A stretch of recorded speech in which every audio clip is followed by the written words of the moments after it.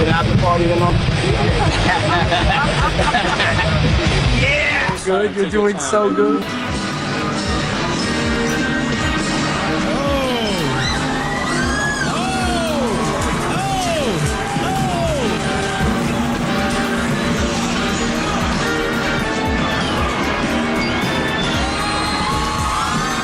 Last freak off tape that just got sold on the dark net, which I know because I monitor, it had multiple stars in it. You're legendary for the parties that you throw. I'm a legend, baby, for a whole bunch of things. Yes. You need locks on the doors. Okay, this is sounding kind of dangerous now. Regret ever getting involved in? I didn't have a choice. It got bad when I was about 15 years old. I could think of you of starting a party at like midnight. That's a different type of party. Yeah. Did it? No, I mean the after party. No, I know about them. This story does not begin with a single clip, a single lawsuit, or even a single allegation. It begins with timing. With a moment when old footage suddenly collides with new scrutiny, and what once looked like harmless celebrity excess starts to feel deeply uncomfortable. Over the past year, the entertainment industry has entered one of those moments. As allegations surrounding Sean Diddy Combs intensified, the public didn't just focus on what was new. They went backward, re-examining years of interviews, party footage, industry rumors, and quietly dismissed warnings that had been circulating for decades. The turning point came when federal authorities conducted coordinated raids on multiple Diddy-owned properties in Los Angeles and Miami. Federal raids are not symbolic gestures. They're expensive, deliberate, and usually the result of long-term investigations. Once that happened, the narrative changed overnight. This was no longer just gossip or civil disputes. The involvement of federal agencies signaled something far more serious, and it opened the floodgates to renewed scrutiny of everything connected to Diddy's empire. Almost immediately, the internet began resurfacing old videos, some dating back 15 or 20 years. Clips that once played as flashy party culture or exaggerated bravado were now viewed through a darker lens. Viewers noticed power imbalances, uncomfortable jokes, and moments that no longer felt benign. This is often how public reckoning works. The past does not change, but the context does. Around the same time, a phrase began circulating online, the tapes. It is important to be precise here. There has been no single confirmed release of any master recording. Instead, what people are referring to is a growing body of alleged footage, recordings, and accounts that insiders claim exist, some of which may never become public. Attorneys and media figures have stated that they were contacted privately and asked whether certain individuals would be willing to pay to suppress potentially damaging material. This practice, often referred to in media circles as catch and kill, is not illegal by itself, but it raises ethical questions about who controls truth and accountability. Then came another quiet, but telling move. Diddy's private jet, a matte black Gulfstream G550, was sold with no public explanation. On its own, selling a luxury asset means nothing. Wealthy individuals buy and sell aircraft all the time. But in moments of legal escalation, financial restructuring becomes common. Legal defense for multiple civil lawsuits, especially when criminal exposure may be looming, can cost tens of millions of dollars over time. The timing of the sale added fuel to already growing speculation.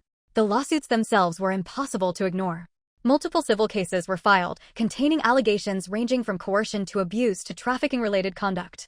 These were not anonymous posts or vague accusations, they were sworn legal filings. Each filing triggered a domino effect, statements, denials, counterclaims, and with every new case, the pressure intensified. As this unfolded, former industry insiders began speaking more openly. Aubrey O'Day, who once worked under Diddy's management, stated publicly that what the public was seeing represented only a fraction of what she believed would eventually come out. She did not present evidence, but her tone suggested familiarity rather than speculation. Other former associates echoed similar sentiments, carefully choosing their words, but clearly signaling that silence had been enforced for a long time. This is where the story expands beyond one individual. Because as attention focused on Diddy, other powerful names began to reappear in conversations, sometimes indirectly, sometimes uncomfortably. One of those names was Will Smith.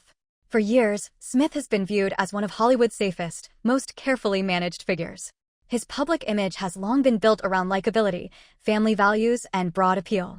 But as people revisited older interviews, anecdotes, and industry relationships, questions began to surface about mentorship, power dynamics, and what really happens behind closed doors in elite spaces.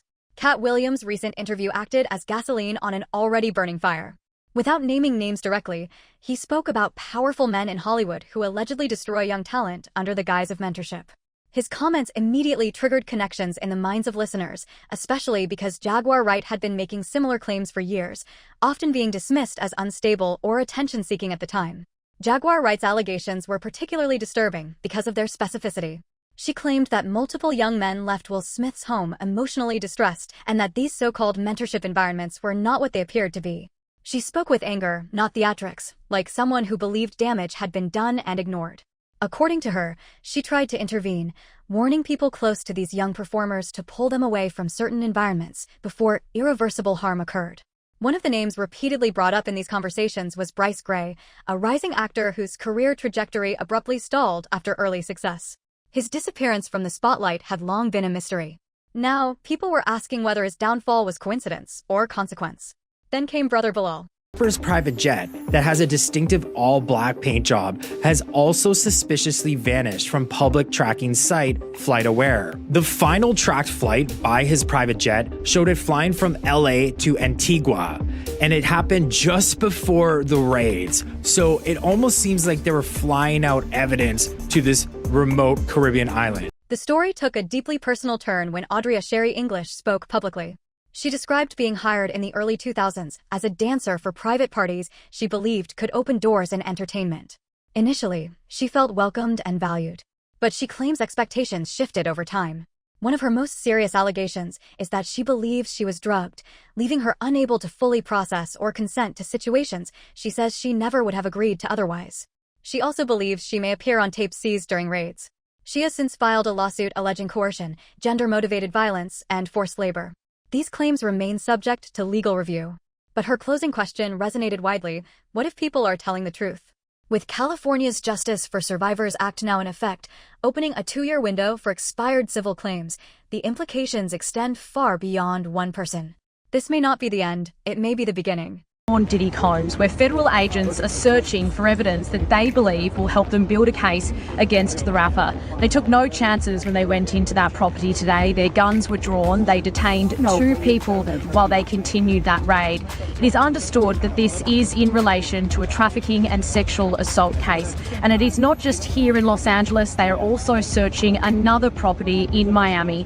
I'll bring you back down to where we are right now, and you can see that there are members of the media here from right around the world waiting for official comment from law enforcement and news on what they found inside those. As speculation peaked, one resurfaced karaoke video featuring Diddy and Meek Mill took over the conversation. On its own, the footage looks casual and unremarkable. But context changed everything. Viewers began pointing out awkward pauses, energy shifts, and interactions that felt uncomfortable in hindsight. The clip became publicly linked to a civil lawsuit referencing a redacted Philadelphia rapper. While names were not confirmed, online speculation exploded. It's important to note that these allegations are disputed and unresolved. However, public perception often moves faster than legal outcomes. Once a narrative takes hold, people revisit everything: lyrics, interviews, past interactions through a new lens. Moments once considered harmless suddenly feel loaded. Silence feels louder. Reactions feel intentional. That's how hindsight reshapes perception, whether fair or not. How? Then you have to have a spokesman. You have to have some sort of comms to constantly be pushing that, Mark. Because you may just be a person that you just may watch CNN. So you at the wrong place looking to see what the people with the possible jurors are thinking. It could be somebody that has dealt in the dirtiest of dirty business of media and propaganda. A lawyer representing an alleged victim claimed that tapes connected to Diddy may have been privately offered for sale. This practice is often referred to as catch and kill, where damaging material is offered to those involved in exchange for silence. According to her, she was personally contacted about a specific tape and asked whether the individual featured would want to purchase it before it leaked. What stopped people cold was her claim that the tape allegedly involved Diddy and another celebrity described as even more famous. She stated the person was clearly identifiable. If true, that detail alone explains why panic might be happening quietly behind the scenes. She further suggested that other tapes may be circulating privately. That raised disturbing questions about how much material exists and how often money prevents it from becoming public. Suddenly, the clips people were seeing online might be the ones no one bothered or failed to suppress. Shit. What up, yo? How you doing? Yeah. No place like home. When TMZ released footage of Diddy inside Fort Dix, it didn't calm the conversation, it intensified it. What stood out wasn't where he was, but how he appeared. Calm, composed, even smiling at times. Some interpreted this as confidence. Others saw performance. To critics, every expression felt deliberate, especially knowing cameras were present. Was it composure? Strategy? Or simply coping? Instead of providing clarity, the footage deepened the mystery. It became symbolic of the entire situation, nothing straightforward, everything open to interpretation. As people kept revisiting old footage, one award show speech resurfaced and landed differently. Years ago, it sounded like ambition. Now, with everything happening, it felt unsettling. The words hadn't changed. The context had. We here to try to raise money for these, mosquito bed nets. So if you don't understand, just imagine living in Africa and your little infant child just gets bit by a mosquito and he dies. We're actually with a charity this year, and I'm glad to attach with my boys' charity, and we're gonna do it every year with another charity. So thank y'all very much for coming. So let's party. Reporting from major outlets introduced a more serious layer, claims that actual tapes from the mid-2000s may exist, allegedly tied to private events during VMAs after-parties and Super Bowl weekends. These were elite gatherings attended by celebrities, executives, and insiders. Early in the night, everything reportedly appeared normal: cameras, publicity, polished images. According to sources, things allegedly shifted later, once high-profile guests left. Fewer witnesses, fewer cameras, a different atmosphere. Investigators and reporters reportedly matched outfits in alleged footage with photos taken earlier that same night, helping narrow down timelines. At this stage, the discussion moved beyond speculation. Law enforcement is reportedly aware of the material and examining whether activity shown was consensual. These are allegations under review, not conclusions. But the fact that investigators are evaluating such footage explains why the conversation escalated so quickly. What unsettled the industry most wasn't just the footage, it was what started happening privately once word spread. Right. Just, so if you don't have what they need, they're gonna leave. Right. Gotta keep them there. Right. You need locks on the doors. Okay, this is sounding kind of dangerous now. It's a little kinky, but rock with me, but just check it out. You need a lot of heat. A lot of heat. Yeah. Heat? You mean that physically the place has to be hot? You don't have no air conditioning. No air conditioning? No. Why is that? Heat affects the alcohol, and it also affects, everybody gets a little bit more comfortable and loose. Builds up a nice little... It's important to be clear, selling assets does not equal admission of wrongdoing. However, it does often indicate financial pressure. Civil litigation is not a one-time expense, it's ongoing. Attorneys, filings, depositions, investigations, and expert witnesses can drain resources quickly, especially when multiple cases are active at once. In situations like this, liquidity matters more than luxury. As money moved quietly behind the scenes, public attention moved loudly online. Once people started connecting legal developments with resurfaced footage, interest exploded. A major misconception emerged that there was a single mysterious Diddy tape. In reality, what people were calling the tapes referred to a wide collection of clips spanning decades.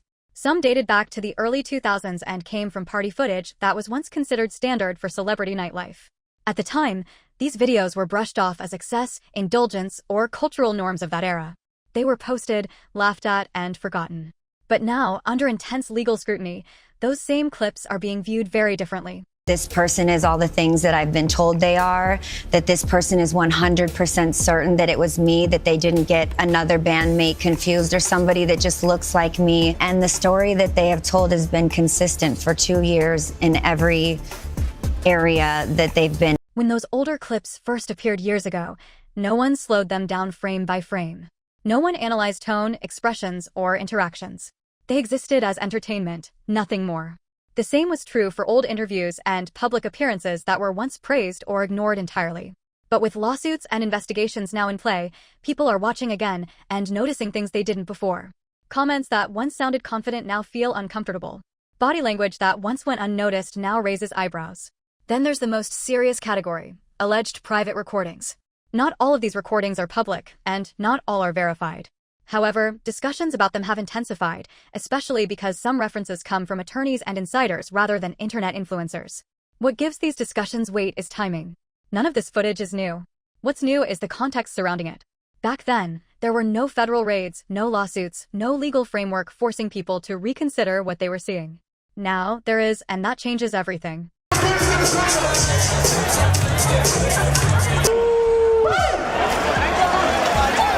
Let's go, you ready? Let's go. Come on, give me now y'all gotta dance like y'all gotta dance like y'all saw this video. Y'all ain't dancing like this.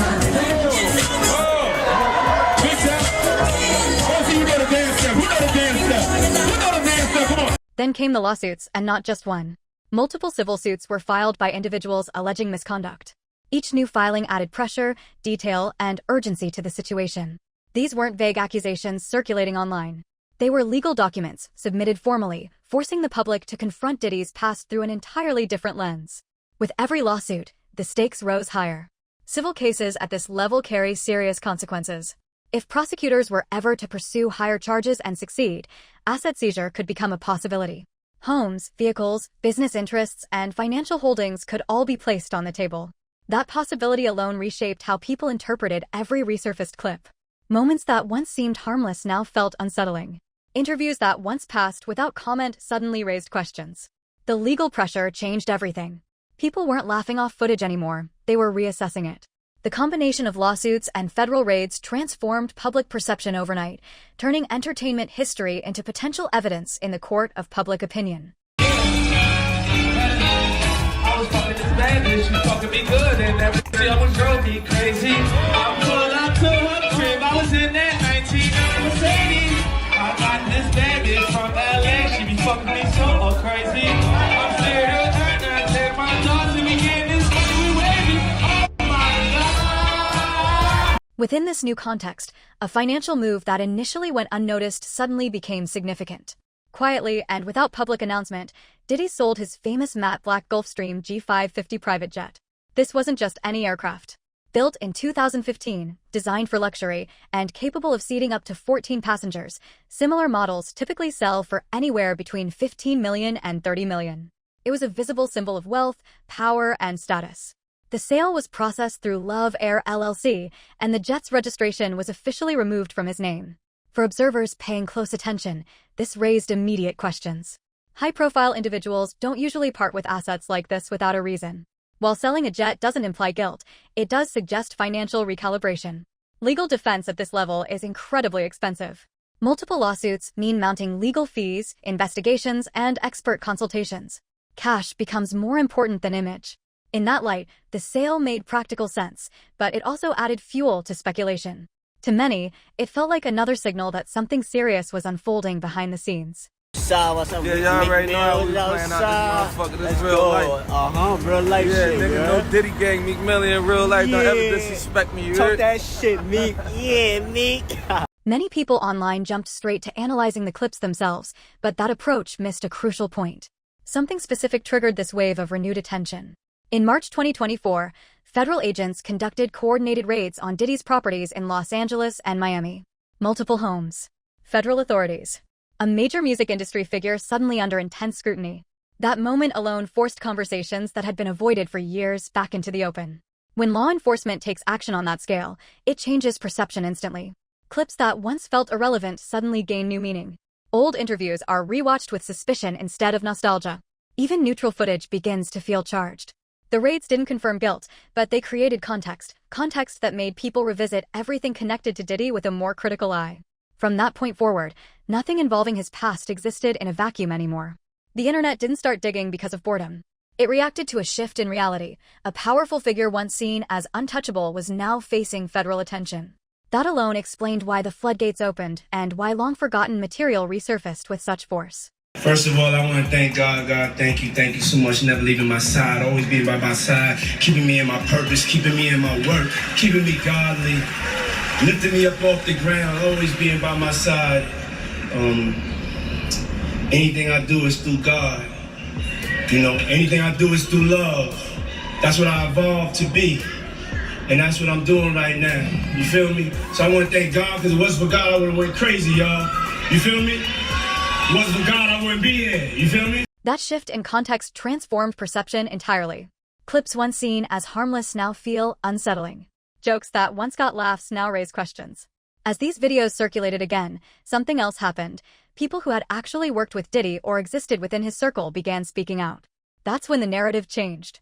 One of the most prominent voices to re-emerge was Aubrey O'Day, a former collaborator who knew him both personally and professionally.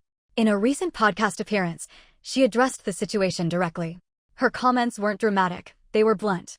She stated that, in her opinion, what the public was seeing represented not even 1% of the justice that alleged victims deserve. That statement alone sent clips of the interview spreading rapidly across social media. Not because she offered proof, but because of how confidently she spoke. To many viewers, it sounded like someone who believed there was far more beneath the surface than anyone wanted to acknowledge. He wouldn't say, go over there so I can get video. He would hire me to work as a go-go dancer. They had 3 stages, positioned throughout his mansion. It was where he lived. It was his residence. It wasn't a club. It wasn't a lounge. And so it just makeshift stages, 3 stages set up in his house, like for us to be checkpoints. Like my stage was over by the bar. Tamiko's stage was over by the food. Old girl's checkpoint was over there by the rooms if you wanted to go do something. So it's like, I think he kind of told the guests, hey, if you want to drink, just look for a stage and you're going to find something you need, you know what I mean? So we were elevated above the crowd. And so, but we were instructed to only drink from certain. Suddenly, Diddy-related tapes weren't just resurfacing, they were everywhere. Social media platforms were flooded with videos, audio snippets, interviews, and archival footage involving him, all going viral at once. This didn't feel like a typical internet cycle where attention spikes and disappears within days. The timing felt intentional, or at the very least, highly coincidental. Viewers began noticing how many different types of content were reappearing simultaneously. Party footage people now describe as disturbing, leaked audio conversations being reshared, karaoke clips that suddenly feel uncomfortable, and even financial revelations that changed the tone of the entire discussion overnight. One detail stood out more than most: the quiet disappearance of Diddy's iconic matte black private jet. For years, that jet symbolized untouchable wealth and status. Its sudden sale raised eyebrows and intensified speculation. This wasn't just about clips going viral, it felt like pieces of a much larger puzzle snapping into place. The message became clear: this story wasn't random, and it wasn't small. By the end, viewers were being urged to understand not just what was resurfacing, but why it was happening now and what it could mean moving forward. What made Aubrey's comments hit harder was that she framed the issue as systemic rather than individual. According to her, the real problem isn't one powerful man, it's an industry that historically protects influence, money, and connections. She suggested that uncomfortable truths are often buried when they threaten major business interests. She stopped short of naming names or presenting legal evidence, but her words echoed suspicions many people already held. Her perspective shifted the conversation away from viral clips and toward accountability. The question became, how many stories never came out at all? And how many people were protected because telling the truth would have been inconvenient? That shift in focus darkened the conversation. It was no longer about entertainment or scandal, it was about silence, power, and who benefits when allegations are ignored. As that discussion intensified, attention turned to other resurfaced footage that forced viewers to confront uncomfortable questions about consent, accountability, and celebrity culture. The claim that triggered everything is one that immediately grabbed attention. According to a source speaking publicly, a so-called freak-off tape was allegedly sold on the darknet, and the reason this claim carried weight is because the speaker insisted they actively monitor those spaces. What made the statement even more alarming was the assertion that the footage didn't involve unknown individuals or anonymous figures. Instead, it allegedly featured multiple recognizable stars. That single detail reframed the entire conversation. This wasn't being presented as gossip or rumor passed around online forums. It was framed as insider knowledge from someone familiar with how underground digital marketplaces operate. If true, the implication is massive. The darknet is typically associated with transactions people want hidden from public view, which immediately raises questions about why such material would exist, who possesses it, and who stands to benefit from its circulation or suppression. Even without proof being shown publicly, the suggestion alone was enough to send shockwaves across social media. It introduced the idea that what people were seeing online might represent only a fraction of what exists behind closed doors, setting the stage for everything that followed. Jaguar Wright's allegations were particularly disturbing because of their specificity. She claimed that multiple young men left Will Smith's home emotionally distressed and that these so-called mentorship environments were not what they appeared to be. She spoke with anger, not theatrics, like someone who believed damage had been done and ignored.